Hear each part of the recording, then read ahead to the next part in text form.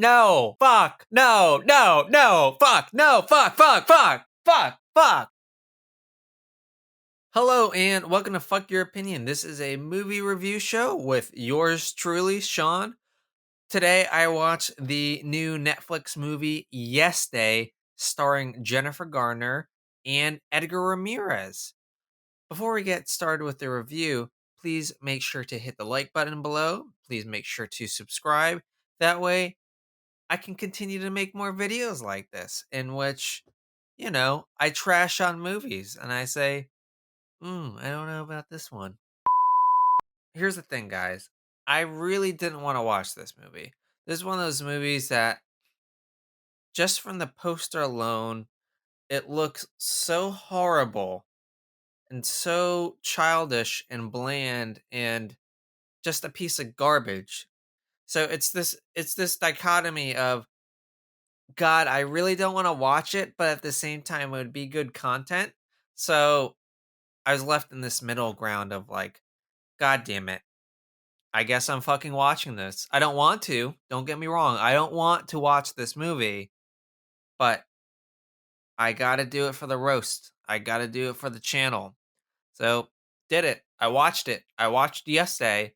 And guys, I cannot believe the words that are coming out of my mouth right now, but I had a very good time watching this movie and almost the entire way through, too. That's the thing. Like, it starts pretty solid. There's this fun opening montage where they're saying yes, kind of. That's why I started with the opening that I had. So Jennifer Garner and Edgar Ramirez saying yes to everything. Then they start saying no to everything because they become grumpy parents, right? And essentially, they have a family, they have three kids. Three kids basically hate their guts to the point where the son makes a Hitler Mussolini video. It's like, who's worse, Hitler, Mussolini, or my mom? Also, side note, it's weird that he'll say mom, like, who's worse, Hitler, Mussolini, or mom? And they'll constantly refer to their parents as mom or dad, which that makes sense, but it almost takes out their names to a degree. I don't even know what the characters' names are, to be quite honest with you, if they even have names. But there is one point in this movie where, and I'm not kidding you, but there's a scene in which Edgar Ramirez just is chowing on an ice cream sundae, just a huge ice cream sundae bowl. He's chowing out, and all his other family members are too stuffed to help and eat their fair share, right? So he's bah, bah, bah, bah, bah, bah, bah, bah, bah, right? And as he is eating, the crowd around him is cheering him on. Now, you would go, okay, they're going to cheer me on. They're going to chant my name, right? Wrong! They chant daddy. The kids are chanting daddy. Even the 14-year-old daughter is chanting daddy, and the entire crowd of all adults are chanting daddy, daddy, daddy, daddy. And I'm just like, I don't know if we want, this is crossing a line. This is a middle ground in terms of the word daddy, where we know it's been sexualized as shit, and it feels wrong. It feels so dirty and wrong for this guy to be scarfing down ice cream and for a crowd of adults who, again, they should be chanting his name, whatever his fucking name is. I don't remember. Back to the movie. Kids hate their parents. Parents are like, oh, we just got to be such a negative Nancy's all the time. So then they stumble upon Nat Faxon. Nat Faxon has a small role in this movie as the kind of like teacher, gym coach guy, kind of just a quirky side character. He's introduced in this really funny cafeteria scene where he's like, I just made some hot tots. You want some hot tots? And is constantly saying hot tots is hilarious. And he's like eating a tot and he's like, oh, these tots have turned. He is great throughout this entire movie. He steals every scene he is in. He is great. Anyways, he turns the parents on to this idea of giving their kids a yes day, in which they are not allowed to say no to the kids and have to say yes to everything within reason. So they implement the yes day, and the story ensues. I mean, we have that aforementioned ice cream eating scene. We have this car wash scene where they all open up their windows during a car wash and get sprayed, which is a very convenient way to be like, okay, we're going to have a wardrobe change right now because the parents are made up to look goofy as fuck. It's like, we can't have this throughout the whole movie. We got to make them look normal. So, very convenient. Anyways, then there is this like capture the flag water balloon tournament with a cast. So essentially, they lie in a casting call and convince a bunch of ex and former bachelor and bachelorette contestants to play this capture the flag game with them. It's a funny scene. It's actually kind of well done. And as a side note, as a bachelorette fan, I'm like, "Ooh, I like what you're doing here. I like that joke."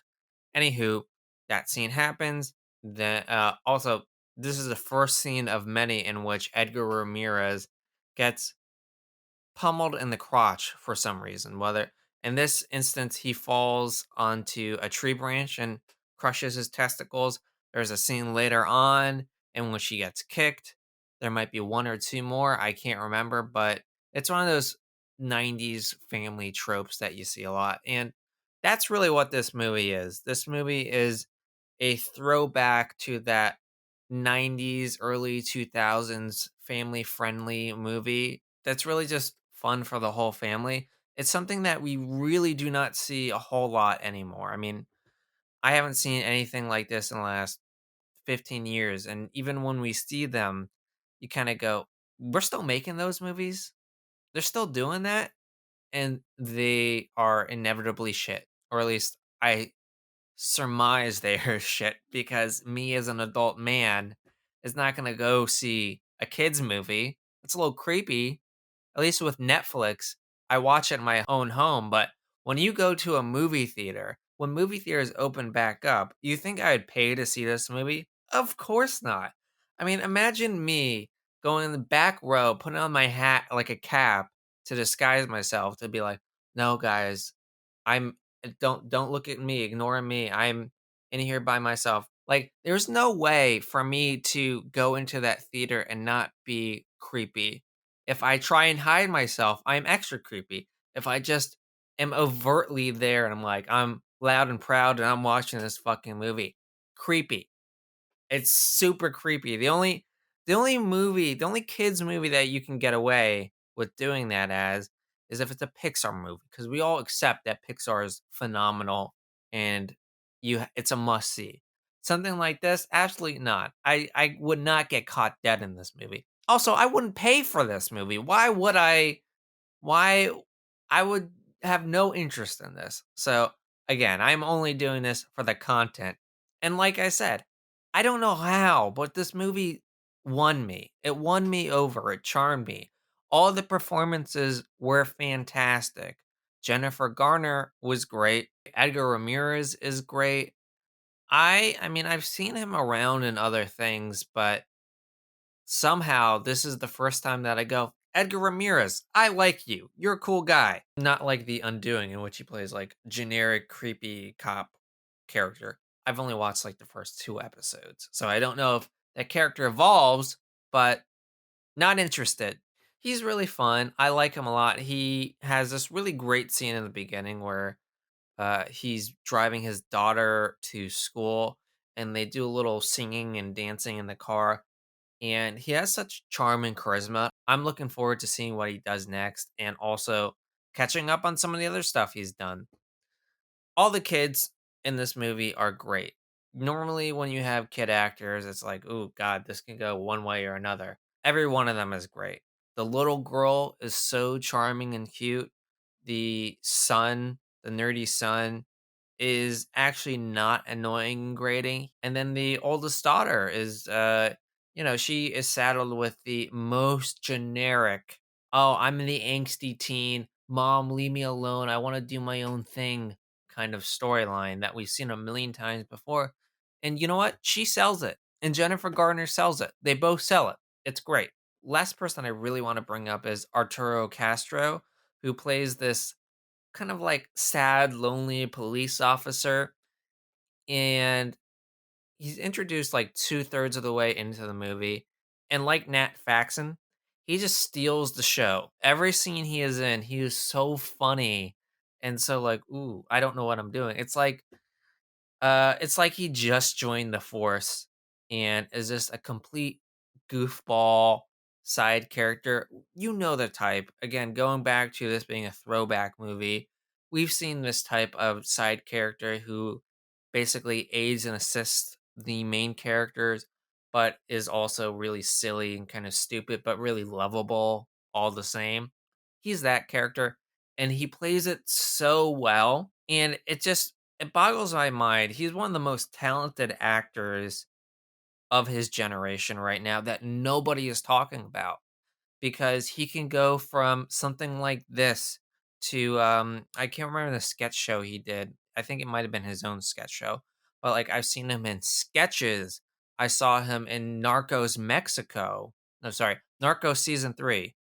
But he's able to have this such a range of really silly, funny stuff to really dark and dramatic stuff and just totally sink into the role. He needs to have more work. He needs to be a well known actor.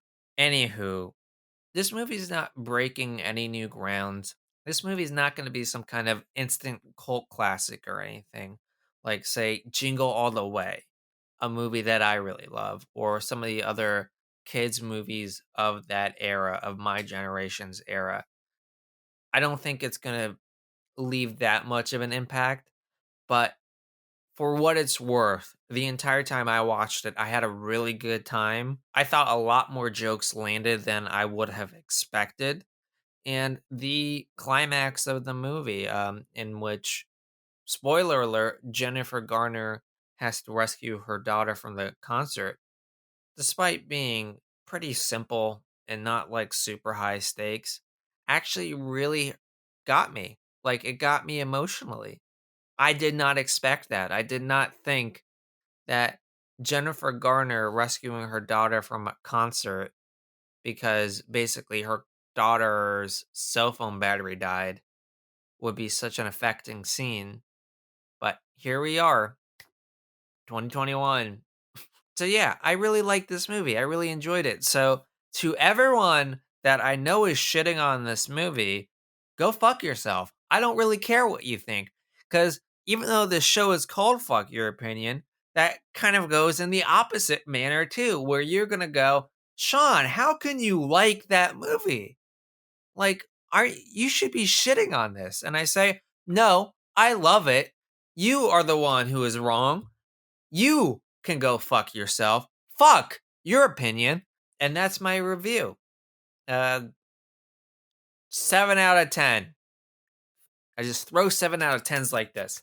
That's basically every movie is a 7 out of 10.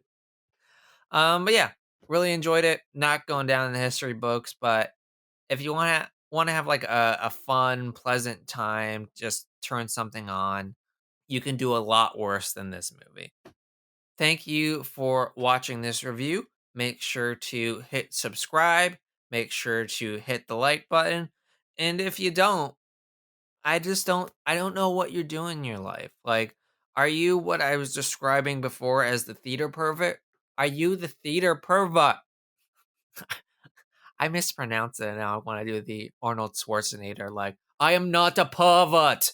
I am not a pervert. Are you a theater pervert? I can't do an Arnold. Anyways, go fuck yourself if you don't like and subscribe. And if you do, thank you. You're the best.